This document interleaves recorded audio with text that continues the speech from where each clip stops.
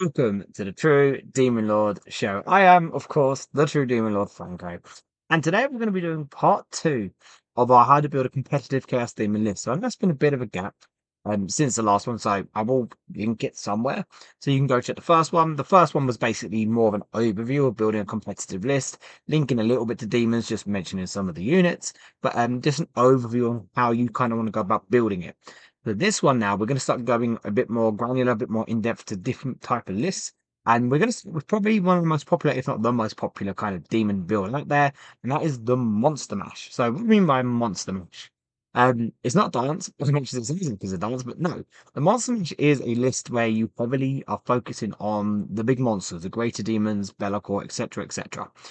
So really to kind of make a Monster Mash list, you're looking at 4+ monsters. And of course, each monster you're looking at anywhere between 230 up to 450. So that's a lot of points, into each kind of monster. You are looking at really half your list points wise being in these big guys. But they are very powerful. They can definitely all do different jobs. And obviously we've got each one for each greater demon or each god has a greater demon, and then there's also a named version of each one as well. And there are definitely some where having multiple depreciates the value, like one more specifically Zinch, one Lord of Change with the Everstay, but very, very good. Once you start taking more of them, yeah. Whereas, Keepers generally are pretty good to take a multiple. So we're going to kind of not say deep dive, but just kind of give you a rough way of how you kind of want to look at building a monster list, how you want to approach it. And I'm not going to tell you how to build it. I'm not going to tell you what monster to take. I'm going to tell you which ones fit best in those type of lists, and but also going through all of them, what they kind of add to this type of list. Um, Basically just giving you kind of, I said, a blueprint of how to kind of go about building that style without actually telling you what to take. So as you can see, we've got, which is a really cool site, we've got Bellor surrounded by a greater demon of each god, and then the named version of each greater demon as well. So, when you come to building your list, obviously, the first thing you'll look at is what monsters you want to add. I would say that is number one. Boom. Now, I think this is where the interesting conversation comes into it, and I don't want to delve too deep into this because I have got a video going into this subject, but it's Bellor. Do you want to take them? Do you not? I think this is literally the first thing you decide when you're making this list, or this type of list. And do you want Bellor? So we'll just briefly go into what Bellor adds to the list. So of course, every greater demon has a 6-inch aura of Shadows of Chaos, meaning that when you drop a unit within 6 inches, wholly within 6 inches of that unit, they can come down 6 or more inches away instead of 9 inches away when they deep strike from enemy units, because when you land wholly in the Shadows of Chaos, you can come 6 instead of 9 away. Now, of course, each Greater Demon's bubble is god locked. So, for example, you can only drop Corn units within 6 inches of a Bloodthirster, Nurgle units within 6 inches of a Grand Fleamine, etc., etc. And this also affects them for things like Warp Surge, and being able to advance and charge when you're in the shadows for 1 CP, and Battle Shock test, getting +1, and healing or returning models to their battle line if you pass. And again, God locked to units of the same god. Now, Bellacor's also got a shadow bubble, except his is universal. So his isn't locked to allowing certain gods within range. Anyone can drop within range of him. Now, obviously, you can't drop him within range of anyone else because he has no god keywords. So that is something to look out for. Don't let people do that if they try that against you. Be'lakor cannot drop in another monster's Shadow of Chaos. But every monster can drop within his Shadow of Chaos. So I think alone, that is actually quite nice because if you're taking several monsters, I think if you're taking Be'lakor +3, then the chance of you having two from the same god and then one extra is probably likely. And allowing or having Be'lakor allowing you to drop him or have him somewhere, drop a greater demon down and then drop another greater demon of the same god within 6 inches of the first greater demon, kind of like Russian nesting doll demons. And I think that's very strong. So I think that alone definitely brings him into the conversation. I think that is incredibly powerful to have a universal bubble as well as having the other bubbles, and which are going to be godlocked. The other thing he has is Reefed in Shades. You can't forget about Reefed in Shades. 6-inch aura. Obviously, you pick one of three at the beginning of every battle round. The other two are not very good, so we're not going to talk about them. They're okay. They're very niche. Meh. But Reefed in Shades is fantastic. So it's a 6-inch aura. Of basically line operative 18. So while any of your units are within 6 inches of him, they can only be targeted by a range attack from an enemy model if that model is within 18 inches of the unit within 6 of Bellor. So that alone is really, really good. Now, of course, it's going to depend on the terrain you're on. If you play on boards that are very dense, then okay, maybe less valuable. But then there are definitely, like, I play on like UKTC, and a UKTC terrain definitely has some maps with angles on it, meaning you can definitely be shot early by certain armies, and something that just being able to have the ability to stop, even even if it doesn't stop people shooting, forcing them to come closer to you. So now they're within 18, you can now get closer to them. And I think that is genuinely the best part of it. It's forcing people to close in on you. So now you can close back in on them as a counter. So I think two reasons you definitely want to look at Be'lakor. He's also got 6 strength 14, -4, D6 +1 damage attacks. Yes, sometimes he just turns into a wet wipe and does nothing. I've had him fail to kill rhinos, but I've also had him just doing land raiders in one go. So he can definitely do the damage when he decides he wants to play along. Um, I've had games where he literally just, rolls his sleeves up and go, I'll do it myself, and he just cleaves through everything and wins me games. I've also had games where someone's looked at him and he's run away because he's just gone, nah, I'm not interested. So, again, he goes both ways, but he's definitely a big utility piece that can put out the damage should he need it. Plus, his shooting attacks are very valuable with the 12 shots at strength 6, -3, 1 damage, devastating wounds. Obviously on a focus profile, but I think you always go focused unless you're on like less than 3 wounds and you really can't afford him to die. But yeah, so I think Bellor is definitely. I don't think that the conversation is as simple as I'm not. Don't take him. Simple as that. I think you definitely want to consider him. If you've got it in your head that you are just a vehement Bellor hater and you really don't like him, then fine. I don't think you have to run him.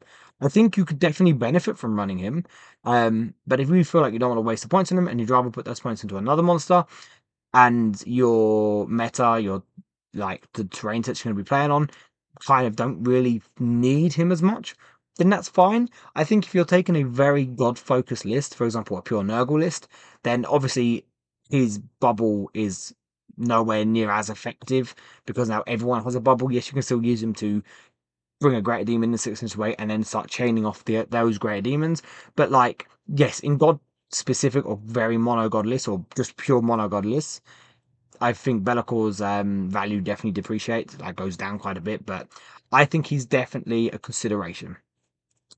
Now, I'm going to put forward the greater demons that I believe, and through both actual practice and experience, as well as looking at other lists, the greater demons that are popular also give you a lot into your list. So, of course, we have to start with the Great Unclaimed One with the Endless Gift. I said I'm not going to tell you what to put in your list. This is the one instance where I'm going to. You have him in your list. He's the first thing that goes into your list in a greater demon, in a monster match list. Because you give him the Endless Gift, so he's now 260 points. That is 20 toughness 12 wounds with a 4-up invuln and a 4-up feel no pain. That is just insanely good. Like that is just incredibly tough. It gives you an actual solid way of holding primary by just pushing him up to one part of the board, setting an objective. Now your opponent has to waste resources to come out and try and take it because it will be very hard for them to kill him in one go. So they're going to have to try and risk coming towards you. And if you then follow the objective with another unit, maybe something like play bearers or something else to just try and block the objective out, that's going to be a safe point of primary for a fair bit of the game. And so also he's got 6 strength 8 attacks at d6 damage. He's okay. He's got a d6 plus 3 strength 5 2 1 damage flamer, which is again not terrible. He gives all Nurgle stuff within him 6 inches. A 6-up for no pain, which is okay. If you're a very Nurgle heavy list, then those for no pain auras can be annoying. If your opponents are throwing 2 damage weapons at play bearers and you're just saving one of those with the 6-up for no pain, now they have to. It's just going to make them really annoying to get rid of. And then the other thing which I genuinely love, and it's been such a good ability in my list, is he's been able to pick an enemy unit within 12 inches of him, visible or not visible, it doesn't matter.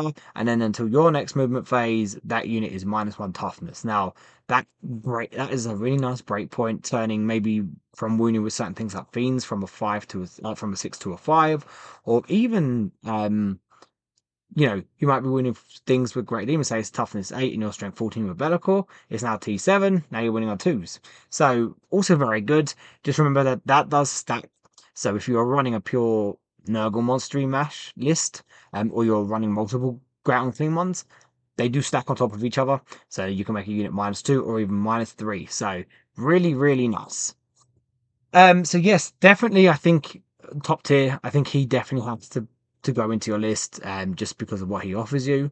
Unless you're adamant on keeping to a certain theme, I think you just take him. You see a lot of corn heavy lists that are mostly, if not all, corn, except they have a great on theme one, and normally Plague Bearers in there because they're just really, really good. Then we have Rotigus. So we're going to talk about Rotigus because named Greater Demon for Nurgle. I also love Rotigus. He's just really annoying. Like he's a really good objective control denial piece. So he is toughness 12 just like the Grand Clean one, has 22 wounds and a 4 up in bomb. No inbuilt feel no pain, but he does get a 6 up with a 6 of a Grand Clean one. Now, what he does, he has a 6-inch aura of half movement, half OC. That is really, really good. 3-inch dropping him onto an objective and then half OCing the models in that may be touching that objective as well, being able to either take it off them or even using then his shooting attack, which is a 2d6, strength 7, -2, -3. I think it's -2 on damage, death, wound, flamer. That's really, really good. I'm pretty sure it's -2. I can't remember. I haven't run him in about a month now, but I'm pretty sure it's -2. Like just using him to drop down, be able to take on an objective, and if you didn't even need to shoot them, you just take it off them. He's very good at then performing things like cleanse and stuff like that. Or even take an objective off your opponent. So, and then let's also add in the fact that, he's got 7 strength 8 -3, 3 damage attacks. He's also got another ability, like a mini Redmaster ability. So, picks an enemy unit within 18 inches visible of him at the start of the fight phase. And then any Nurgle unit that targets that enemy unit gets +1 damage. So he turns himself into damage 4 or gives himself damage 2 sweeps. Can turn the ground clean ones into d6 +1 damage or damage 2 sweeps. Plague Bearers into damage 2. I have picked up a good amount of stuff with that using a combination of that and the minus toughness from a ground clean one, reroll wounds from plague drones, etc. etc. So nice good bit of synergy to use there.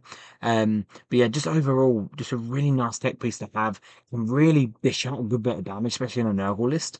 And also be able to just mess around with your opponent's primary. And if you're going into a list that kind of wants to run around and be quite fast, pointing him right towards the middle of important units to then half their movement, really, really good. So yeah, the Nurgle Demons or Nurgle has very good Greater Demon options. I think the Greater Demon definitely wants to go into your list. And then you've got Rotigus, who is definitely a consideration. Now, let's move on to the corn. We've got the Bloodthirster. I am a personal hater of the Bloodthirster just because my Bloodthirster hates me. But putting biasm aside, the Bloodthirster is very, very good. Big smashy monster, right? So you're going to give him Argath because I think Argath is just needed now because he's always in the shadow, so always benefiting from the good profile of it. So it gives him 2 extra attacks and +2 strength. So he's chucking out with the big axe because you always give him the big axe. That's 9 attacks. Hitting on 2s at strength 18 -4 d6 +2 damage. That's pretty nuts. He's also throwing out 16 attacks at strength 12 -3 2 damage on the sweeps. Like this guy he should. Like I say should because again, mine will go in on just all the ones because he just thinks it's funny, but they will go into most things in this game and just rip them to shreds. Also, let's remember he gives +1 to hit for all corn demons within 6 inches of him. It means if your opponent has any -1 to hits, he can just ignore that on himself. But also making things like bloodletters and blood crushes hitting on 3s, or the horns on the blood crushes hitting hitting on 2s, or making the blood crushes horns hit on 3s, is really, really nice. And then also other greater demons or other bloodthirsters or Scarbrand, allowing them to just ignore minuses to hit, really handy. And then, of course, at the end of the fight phase, he's got his Relentless Carnage rule, where you pick an enemy unit he's in engagement range with, roll 8 dice, every 4+ does a mortal wound. So really, really good to just be able to, just dish out the damage. Like, the Bloodthirsters should be because they are the greater demon of Corn, they're the avatar of Corn, right? Just absolute animals and monsters in combat, and they definitely can be when they want to roll well. Um, so yeah, Big Smashy Monster, he fills that role very, very nicely. Speaking of Big Smashy Monster, we also have Scarbrand. Now, Scarbrand is 305 points, same as a Bloodthirster. Obviously, a Bloodthirster of Argath is 325. But what he loses in speed, because obviously his wings are for show, they aren't for use because they are smashed apart because Korn launched him through the warp. Um, so he doesn't move 12 like the Big Blood does, so he doesn't have fly, but he does move 8. He's on a normal circular base, so he doesn't have to pivot, or doesn't have to pay for pivot, should I say. Um, and then, yes, but for what he does lose in speed, he makes up for in smashy prowess. So he has got 8 attacks at strength 16 -4, flat 6 damage. I'll say it again, flat 6 damage. This guy will eat through anything. Um, like even just having just 2 wounds go through, there's still 12 damage. Now, of course, he wants to be going into big things. He doesn't really want to be going into little dudes. Unless it's little dudes with like 4 or 5 wounds, even 6 wounds, then he doesn't mind that. But yes, like he's just an animal. He's also got 16 attacks at strength 8 -2 damage, which is okay. He gives a +1 attack aura for non-monster, non-vehicle corn units. It's a shame it doesn't affect Bloodthirsters or himself, but it does obviously affect Bloodletters, the riders on the Blood Crushers, Fleshhounds, etc., etc. Um, and then also potentially when an enemy unit wants to fall back from him, they have to take a leadership test. If they fail, they can't fall back. I've had that win me a couple games. It isn't. It's a niche ability. It's not something you can really rely on, but it's something that you could potentially proc. And I've had a unit not be able to fall back from Scarbrand, therefore not be able to fall back and do an action. I can't remember what it was, but it was a unit that could fall back and shoot. This is in Leviathan, so fallback is allowed you to do things like that. And because of that, starve my opponents at point, and I then managed to edge the win over. So yeah, like Scarbrand again, big smashing monster. Now again, loses speed, but can be dropped within 6 inches of the Thirster, within 6 inches of Bellor. Just really, really solid. So now let's move over to my personal favourite Goden Zinch, which I think is the weakest set of monsters, sadly. But we still have some strength here. So the normal order change. Um, if you want, so this is where you're looking into it, you think, I need to get some shooting. I need some shooting in my list. I need to be able to hit my opponent's units at range, even if just spots to the board. I've got the combat E stuff down, but I need something for shooting. The order change with the Everstave is your answer. So the Everstave, because again, Great Demons are always in the shadows now. The Everstave will give him +2 strength and +6 inch range on his shooting attacks. Now, Bolt of Change will be 24 inches, hitting on 2s at strength 12 -2 D3 damage, and then you pick when you go to fire the bolt of change, you pick either sustained D3, lethal hit, or ignores cover. You're always going with sustained D3, pretty much. Because that's just insane. The amount of shots I've had him throw nukes before. I have legitimately had him kill Catan in one shooting phase. Like, because he just decided, I'm just going to roll 9 dice, not miss any of them, and roll 4 sixes, and then just roll by average on the D3 sustain per dice. So yeah, he's Bolt change can be insane. Then you always give him the Rod of Sorcery. You never give him the sword. Always a Rod of Sorcery because it gives you 6 more attacks. With the Everstave, will be 18 inches, hitting on 2s at strength 11, -1 D3 damage. Now, obviously, I need to explain where the strength's coming from. So, Bolt Change gives you normally strength 9, and the Rod is normally strength 8. The Everstay gives you +2, so that will be strength 11 on the bolt, strength 10 on the rod, and then the Lords of Change have a 6-inch aura of +1 strength for ranged weapons of Zinch units within 6 inches of him. That does affect himself, so therefore now strength 12 on the bolt, strength 11 on the rod. This is always something that when you mention it to people that aren't maybe in the know fully, they will question how you got it at such high strength because of all these stacking buffs, right? So he will also give you Flamer strength 5 should you want it, which isn't bad. He'll make horrors, like Pink Horror strength 5 with their shooting, meh. But on himself is very good. Yeah, and then the Lord of Change is a really solid shooting piece. Now, move over to Kairos. So, Kairos has a special place in my heart, like Bellacore, because they were my first models ever for 40k.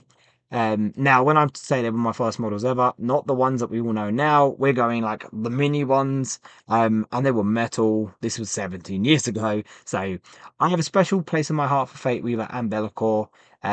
But Fate Weaver just always makes me sad, and I don't know why. He just never seems to live up to what he should be. I know Bellor isn't quite there, but Bellor is my guy.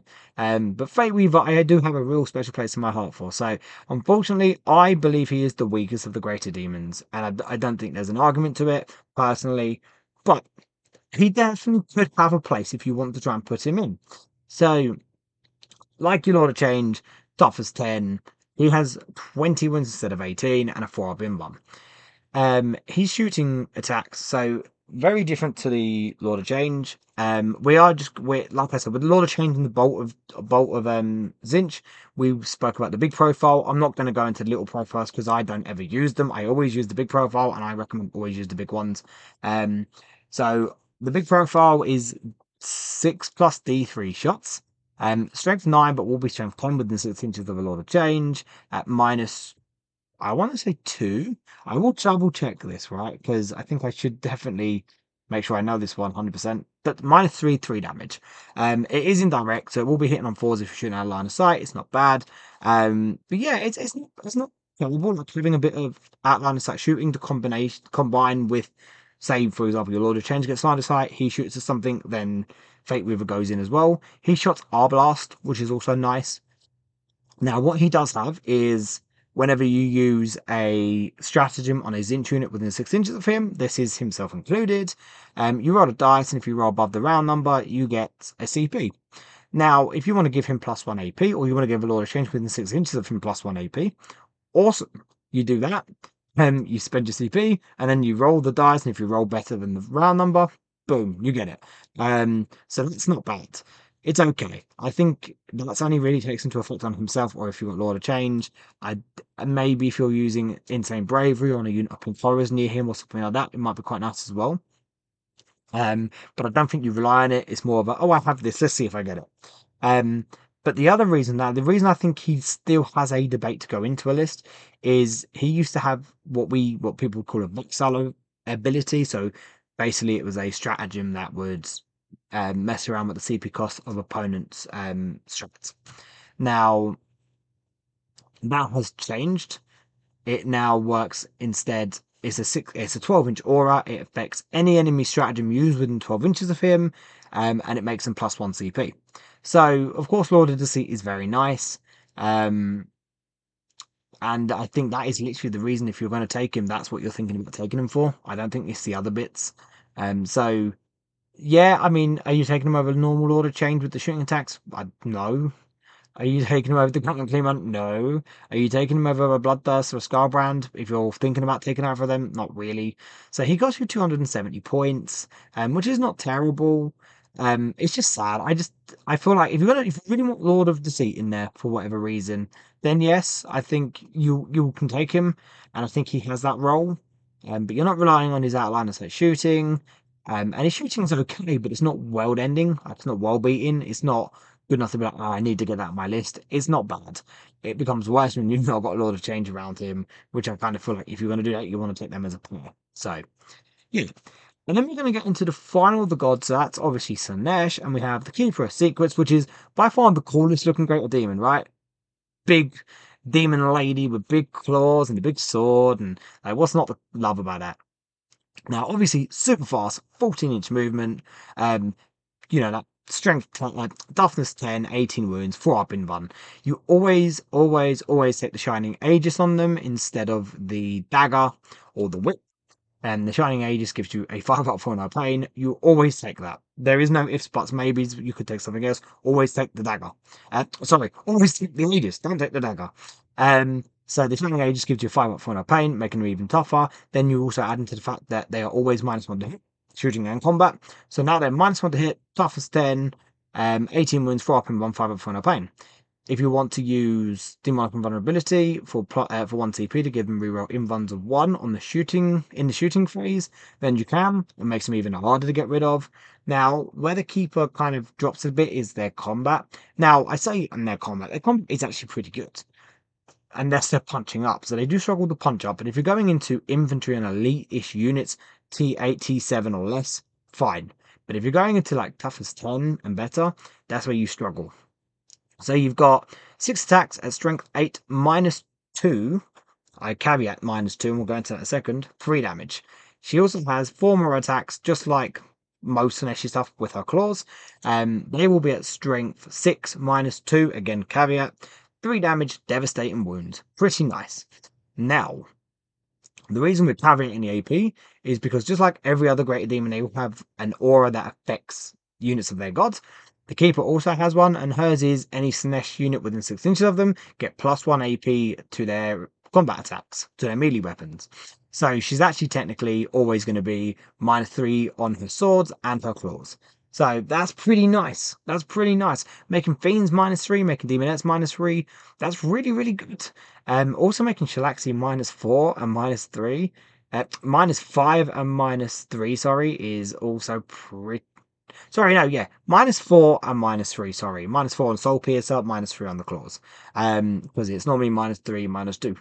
So yeah, really, really nice. Like I said, super fast, and being able to just launch her off the board and then drop things like Fiends or other keepers or even Shalaxi within 6 inches of them as well is a really, really nice ability. Really nice, nice trick to use. They also love Warp Surge, 14 inches, advance, always in the shadows, so then you spend a CP, charge with them. And then shooting wise, they're kind of like a mini version of Bellor called Betraying Shades. I want to say it's. I need to double check it again. It's not something I've not used the keeper much. I think it's 6 attacks. Strength 9 -2, 1 damage dev wounds. I could be. Am I right? Am I wrong? I am wrong. No, I'm wrong. It's 9 attacks, hit on 2, strength 6 -2, 1 damage. Does have dev wounds. So not terrible. It's nice to have in there, but also you don't mind advancing and losing it because it's not going to be the end of the world. And then we're going to get into Shalaxi. So obviously, again, a lot of debate on Shalaxi. I still swear by her, to be honest. I still love her. She's still amazing. But I have dropped her in the last month or two just because of the points. She's 450 points. She takes up so many points. The next, the next greater demon down from her point wise is the Bloodthirst with the Arga at 325. So that's a 125-point difference. That's pretty nuts. But let's be real. She is really, really, really good. She's maybe a bit overpriced, but she definitely can earn those points back. She just definitely has a high skill ceiling due to those points. So let's talk about Shalaxi. Just like the Keeper, 14-inch movement, toughness 10. She has 20 wounds again, like every named greater demon, they have an extra couple wounds. 4 up in bomb. She has an inbuilt 5 up for no pain. No ages, just inbuilt 5 up for no pain.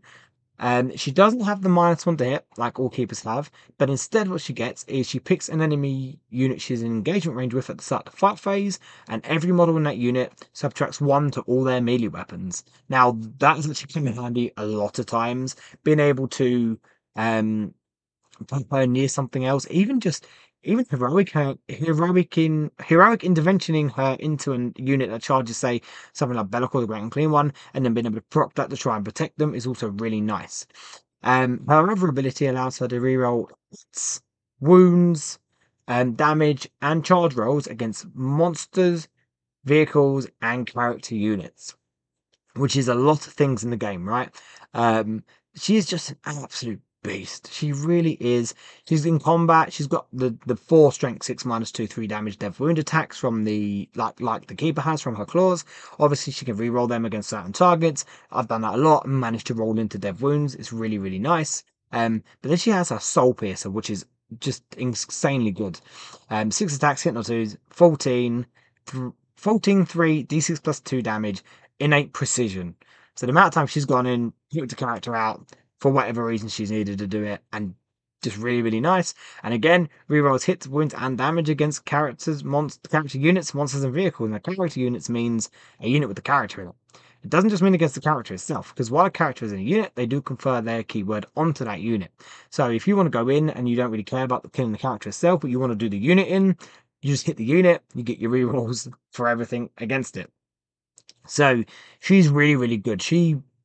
There's very few individual single models that can survive her in the game. I've had her gone into things with the 4 before and had them just tank it. I've had a Riptide tank her before by just rolling. Like I got like five of my big attacks through, and they just rolled five, six, five, 4 ups, and I'm like, sweet. But yeah, she's killed like her my Shalax's kill tally is pretty insane. She's killed I can't remember the exact number, but it's over 10 Nightbringers. She's killed like a good few Void Dragons and Transcendents.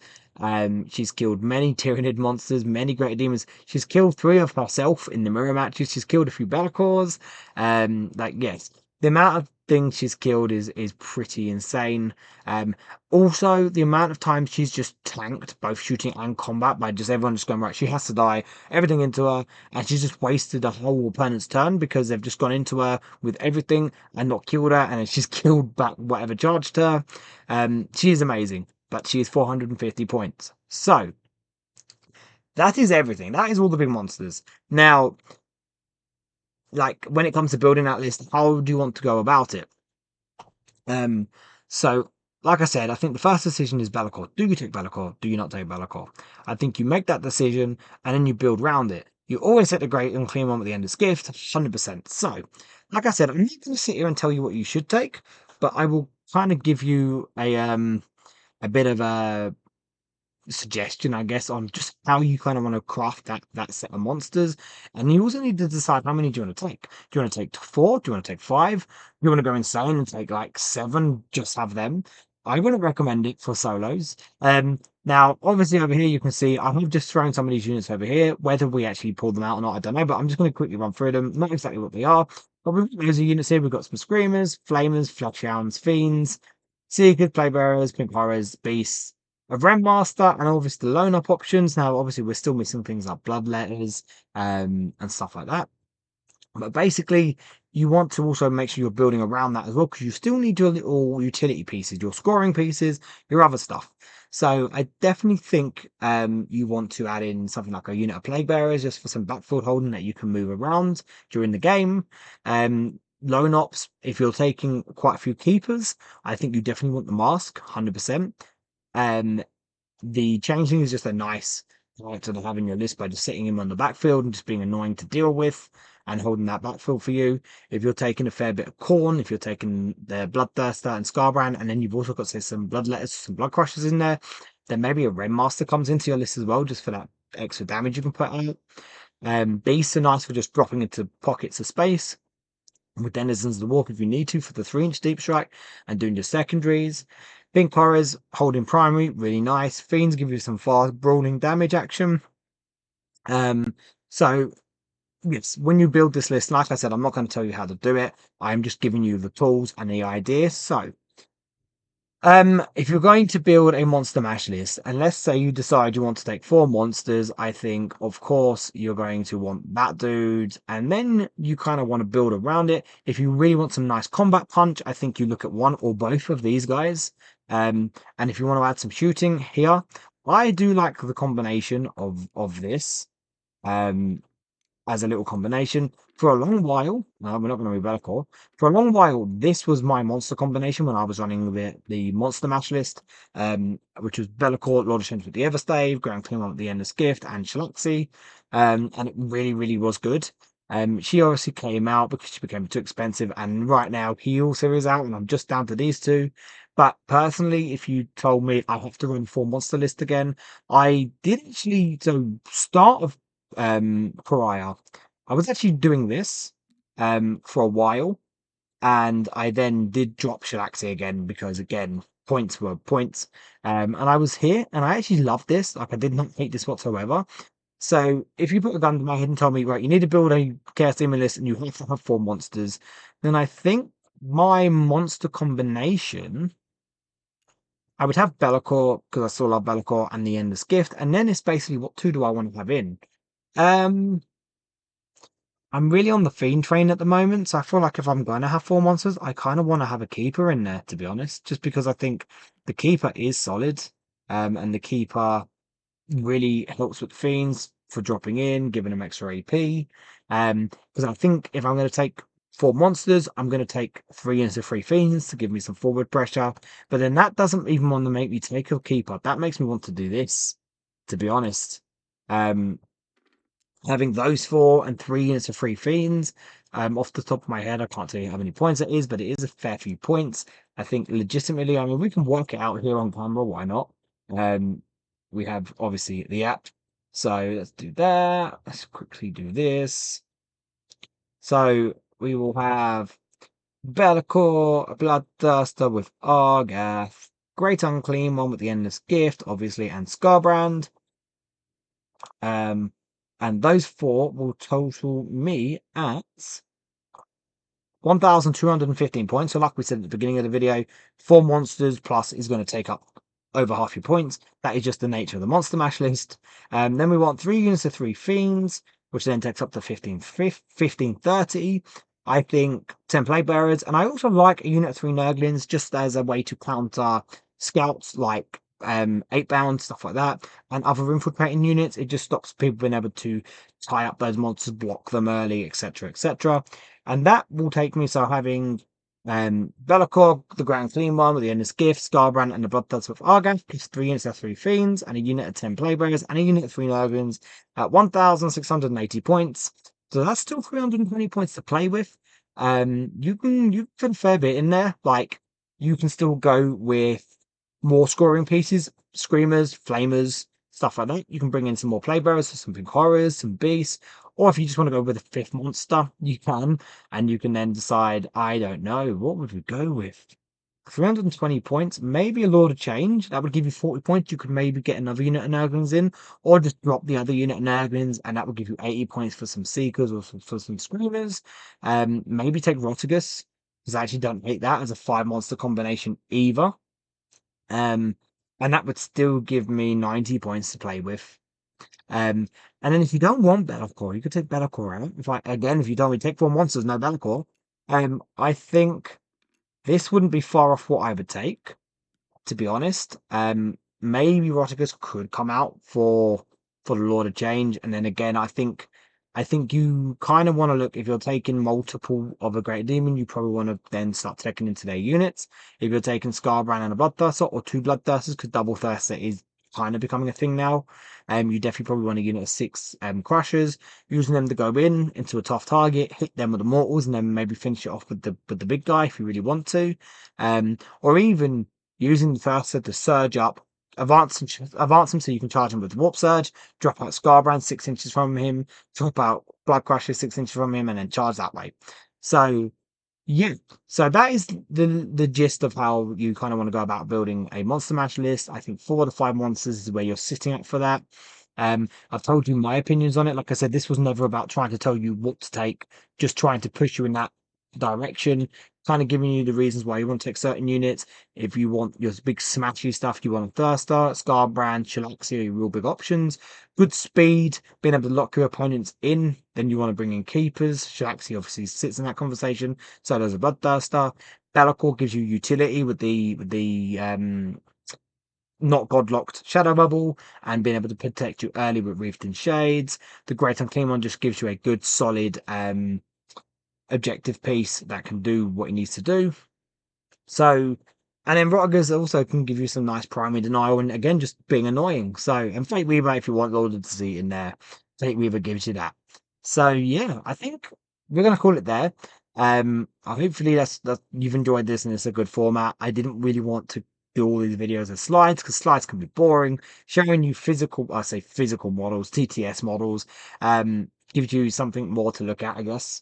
And then you just listen to my dulcet tones while we talk about it. So yeah, I mean, let me know kind of your combination of monsters. We're probably going to look at some lists from that other people have been running in different events, and just kind of talk through them or what I think of them as well. But I think I've kind of put the groundwork, and then hopefully you can build on that if you're going into your Monster Mash list. So check out Facebook and Instagram to keep up with the channel, keep up with me, all the True Demon Lord stuff, all on Facebook, Instagram, obviously the channel as well. Please like and subscribe. It massively helps out the channel. And yeah, I think that'll do it.